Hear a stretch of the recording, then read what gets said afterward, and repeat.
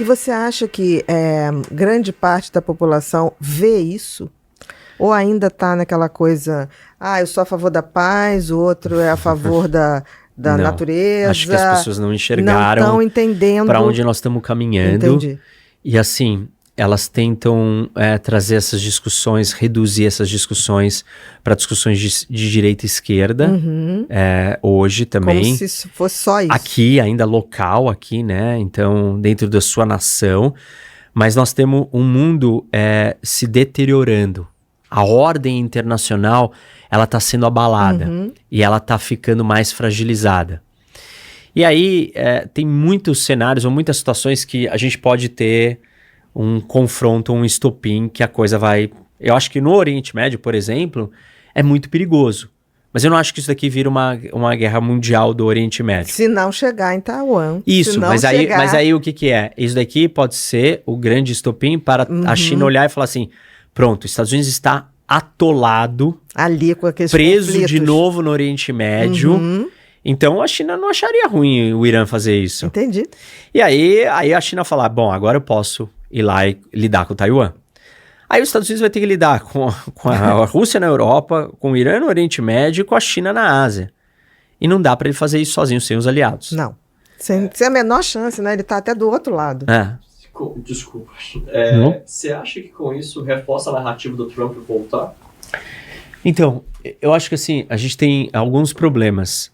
Porque o Trump, ele defende...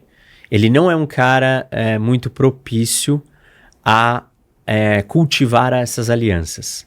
Sim. Porque ele é isolacionista, ele é fechado. Não, os europeus não pagam a conta na OTAN, então eu não vou mais pagar. Os Estados Unidos vai sair da OTAN. Sim. Assim, tipo, os Estados Unidos não pode sair da OTAN.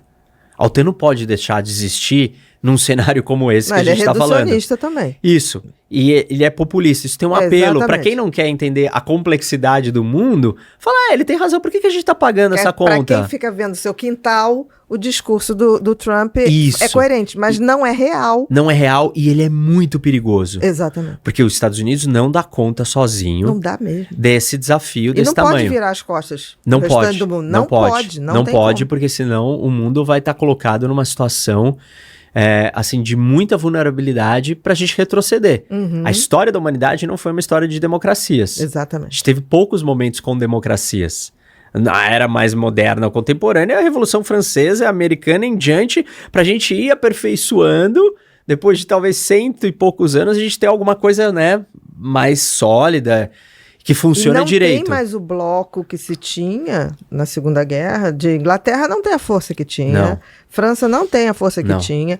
A Alemanha também... Adormecida, porque parou ali a questão da energia atômica. Retirou aquele chip do combate, né? Que é a mesma coisa que o Japão fez. Exatamente.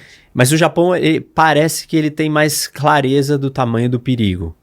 Então eu acho que o Japão ele vai acordar mais rapidamente, dado esse cenário aqui.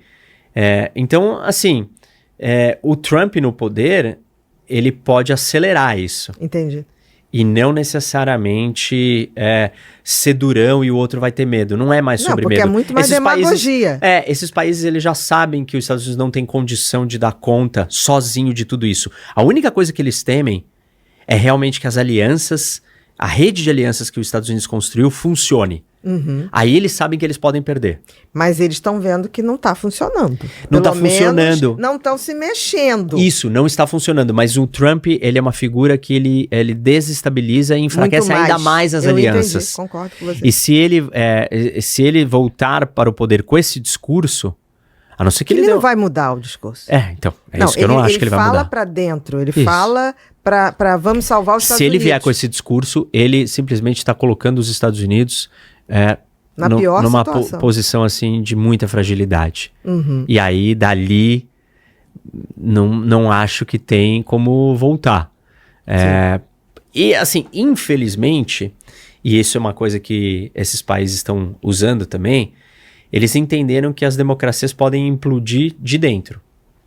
E apostam nisso, né? Os Estados Unidos nunca teve tão dividido também. Eles estão trabalhando por isso. Para isso, exatamente. E isso está acontecendo. E esse é um jeito... Daí essa história toda perdeu o rumo.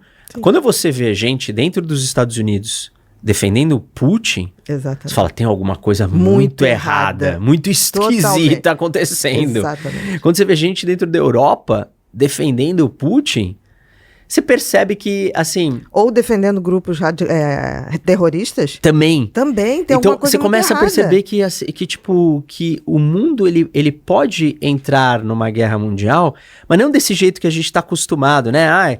3 de um lado, 3 do outro. Mas talvez as guerras, ela vai ser mundial com guerras internas também. Guerras civis. Muito pior. Sei lá, o Brasil entra em guerra civil. O mundo explodisse inteiro em todos os lugares sozinho. E aí não precisa ser o grupo A contra o B.